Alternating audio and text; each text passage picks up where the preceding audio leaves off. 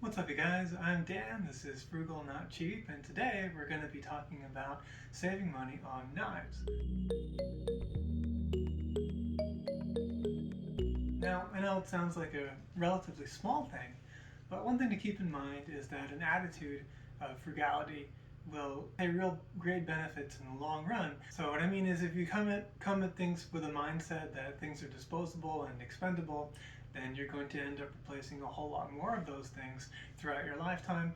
Whereas if you try to take care of things, get good quality things that last a long time, and try to get the most value out of them, then that's really going to add up. And so this is just one small thing. We're just talking about a knife, but you can apply this to any number of things in your life as well, where you might be able to put a little bit of effort and keep that thing useful and providing value for you for a longer time in life. Now, there's this argument that maybe your time is best served doing something else that can generate higher profitability. I've heard that a lot. And I think if we're honest with ourselves, this argument doesn't really hold water because we're not able to be productive 100% of the time. So in my day, there's a certain amount of productivity that I tend to have. It can fluctuate a little bit, but generally, there's going to be a set amount of time that I have every day where I'm not really being all that productive in one mode. Whatever it is that you're doing, it's not something that you're going to be able to do all 24 hours during the day. There's going to be some downtime, and it is possible to do other tasks that are not taxing in the same way, and they're still productive and useful for life. Like, this argument about, oh, I should hire someone to do my lawn because my time is better served, doing X or Y. Well, that may be true so long as that time you would actually use in order to be productive and generate whatever income it is that you're using to justify being lazy or or at least not doing that task. So there are probably cases where yes it does, but for a lot of them, if we're honest with ourselves, the argument doesn't really hold water. Certainly there are going to be a block of 15 minutes somewhere here during the day where I might otherwise just be watching YouTube or reading a book or something, and why not spend that time sharpening knives? So again, the whole idea is that if we can find ways to maximize the utility out of things, this kind of an attitude will really pay off in the long run. And it's also good to pick up some skills. It's kind of neat to be able to do something like this. So with that said, we're going to go jump over to the kitchen and we'll go over how to bring new life to old knives. Okay, here we are in the kitchen, and now the first thing to discuss is that there's a common misconception about what sharpening a knife really actually is. So a lot of people, when they say to sharpen a knife, they're thinking about a gadget, say like this, or they might be thinking of one of these things. You've got that classic cartoon thing where the chef is going. These things are actually honing tools. Over time, as you're cutting things, especially if you're cutting harder things like bone, or you're not using a soft cutting board, what will happen is that the knife edge won't be lined up straight anymore, and so it won't be sharp. It won't be able to cut very well. So what you're able to do is slightly to straighten out those molecules again, to straighten out that material in order to bring a keener edge to the knife once again. But there's only so much that you can do with honing through wear and tear over time. Then eventually I'm going to have to actually really sharpen the knife. So to sharpen the knife, we're really going to be creating a whole new edge. We're not trying to repair an edge that has been dulled and hurt. We're going to be creating a whole new edge to the knife.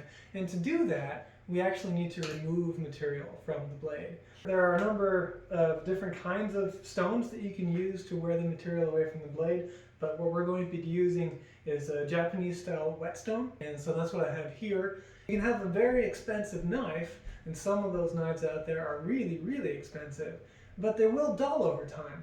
And so if you don't, you spent maybe $200 on the knife, and if you don't know how to do this, how to sharpen that knife, then it's really, really quite a waste. Not long ago, I wanted to invest in having a better knife. This is before I knew how to sharpen knives. And I had all these old ones, and I really wanted to use something that was better. And so I got this chef's knife off Amazon, I think. It's extremely sharp, I was really blown away by how much easier it was to cut into things like potatoes. Really a whole lot less effort, which also can often mean that you'll be able to be more careful. Because it's less effort and you can have more control, then there is a lower likelihood perhaps that you can get injured. Now you have to be very careful, right? Because any accident that could happen would be worse because the knife is sharper, but the likelihood that you'll have an accident is lower because you have greater control. This is just one particular size, right? This is, I think, a 7 or an 8-inch chef's knife.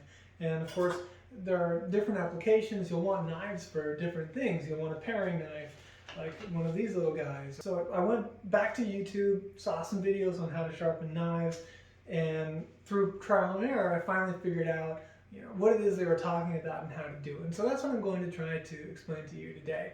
Because, in fact, after a little bit of work, I was able to get these old knives called the Frugal Gourmet Signature Collection. I was able to get these knives to be basically as sharp as this more expensive knife.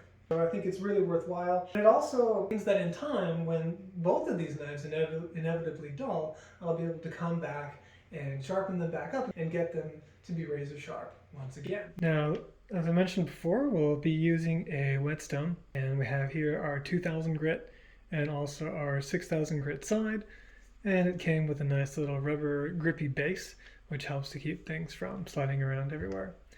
Now, there are different kinds of stones, but this kind of stone is the soaking stone, and so what we're going to do is we're going to immerse this in here with some water and let that soak for about 15 to 20 minutes, and then we'll be back to begin with the sharpening. Okay, so our stone has been soaking for long enough now. Go ahead and pull that out.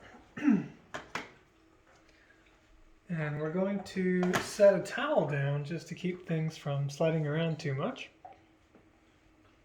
And we have our nice rubber pad as well to help out. And then we'll begin with the 2000 grit because a higher grit level is a finer surface. So we want to start with the rougher surface, the 2000, so that we can get the most material off of the knife. And it is possible to get a pretty sharp blade just with that, but we're going to go a little bit further. So I've done most of these knives, but one of the ones I haven't done is this sort of chef's knife. One tip that I've seen online that I don't know if it's that helpful for me, but you might find it more helpful than I would, is to use a Sharpie. So the idea is we're going to see, all right, where is the current edge on this blade? And then we want to go ahead and get that whole surface sharpened up on the stone. And the part that I tend to have trouble with is probably right here on the front edge. So I'm going to put a little Sharpie there, and then my goal is going to be to get that Sharpie off of there. With the rest of it, I've developed a bit of a feel for it with a little bit of practice. Don't feel bad if it's going to take you a little bit of practice to get here and to really get the feel for it. So, of course, the most important thing to say is safety first. First, push the blade away from you. Keep good control of the blade. Not really sure if there's one particular best way to hold it. I find that having my thumb on the back here on this side works, and then my fingers right near the blade, but of course not on it, is helpful. And the American way, I think, or the Western way, is to put pressure only in one direction, I think, whereas the Japanese put pressure in both ways.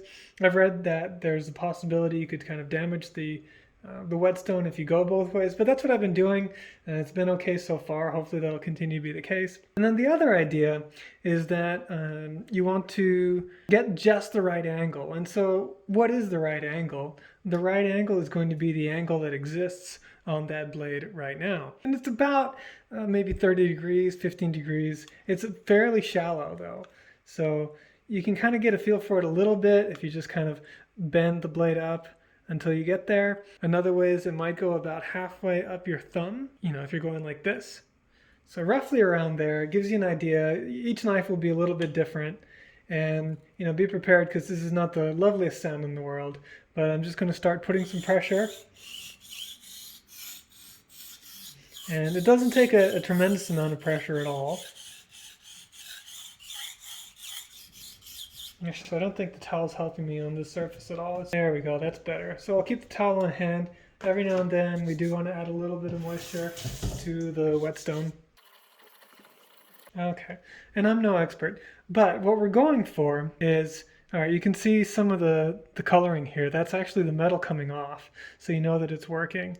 But what I really want to go for is eventually I'll start to feel what's called a burl, B-U-R-L, which is a little edge that's going to develop of some material that's been, you're shaving it thinner and thinner and thinner, and then eventually it kind of curls over when it's really, really thin.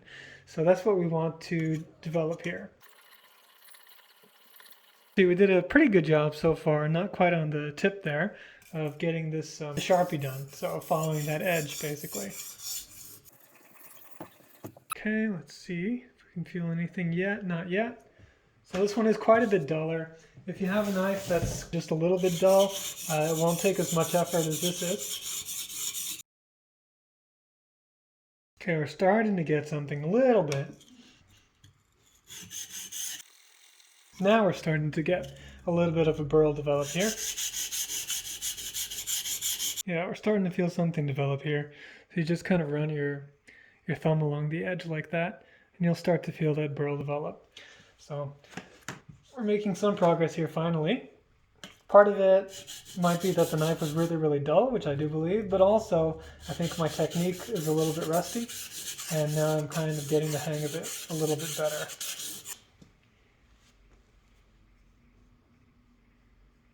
Okay, good. Now we've got a burl. Probably not possible to see here, but we have that. So I can feel this edge that's kind of pushing back at me. Again, those are those particles that are curled over like this. So I want to turn the knife over and do the other side. And so then we'll break those off. I think we're just going to do one side on each with the 2000 grit, and then move down to the 6000 for some finer sharpening. And then here, so be very careful on this one. Again, most of the pressure I'm putting is while I'm pushing away from me, and very little on the way back. So it is kind of more of the Western style that I'm doing now. And just keep those fingers above the cutting edge, and don't let them get close to the cutting edge. And it's the same thing as before, trying to get the angle that was built into the blade when it was originally purchased to the best of your ability. And it shouldn't take as many strokes on this side. Okay, yeah, good. Now we're starting to feel a burl develop on the opposite side. In fact, I think we've done a pretty good job of it. We can switch to the finer grit now. Flip this over. And you can see it does make a little bit of a mess, so this isn't something you want to do on a surface that is difficult to clean. A little extra water on here. There we go. Now I'll do the fine work. So we were working on this side here, and so I'll come back now and work on this side. Don't, by the way, rest your fingers on the stone itself. It will, of course, abrade, just as it's abrading the knife. A little bit okay. It's not gonna hurt, but it's not something you want to keep doing. All right, let's see if we've done anything. Oh yeah. Okay. So once you really get it going, and the edge is pretty fine anyway, it's much easier. So now we can flip it over and do the final edge, and then we'll do some honing. So the goal here is not to overdo it. So I'm not going to do many passes on this side as I did on the previous side. And we'll just kind of feel and see how that's coming along. So there we go, that's gone. And now let's check on this other side, how that's feeling. Okay, that's feeling nice and smooth. So this should be quite sharp now.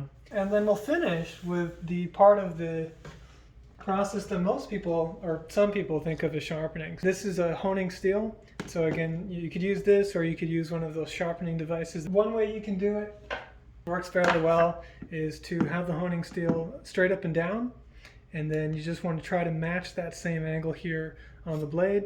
For me though, because I got used to the proper angle here, sharpening this way and this way, then it's actually easier for me just to follow that along on the honing steel like this. It does take pressure. You do need to give it a decent amount of pressure just to get those last bits of the edge in line. Okay, and that should be very, very sharp. Now we'll do the classic sort of paper test. I don't know if this is really scientific or whatever, but you know, it's definitely getting in there. It's sharp, and it's definitely a heck of a lot sharper than it was. Alright guys, that was a quick little knife sharpening tutorial. I'm certainly not an expert at it, but it worked well enough, and nice, much sharper than it was when we started, so I'm pretty pleased with that. And again, really the whole idea is that this is part of a mindset where you're trying to maximize value and not look at things as being so disposable and trying to make as much use out of them as you can. So I do think that's a very powerful and useful way to look at things.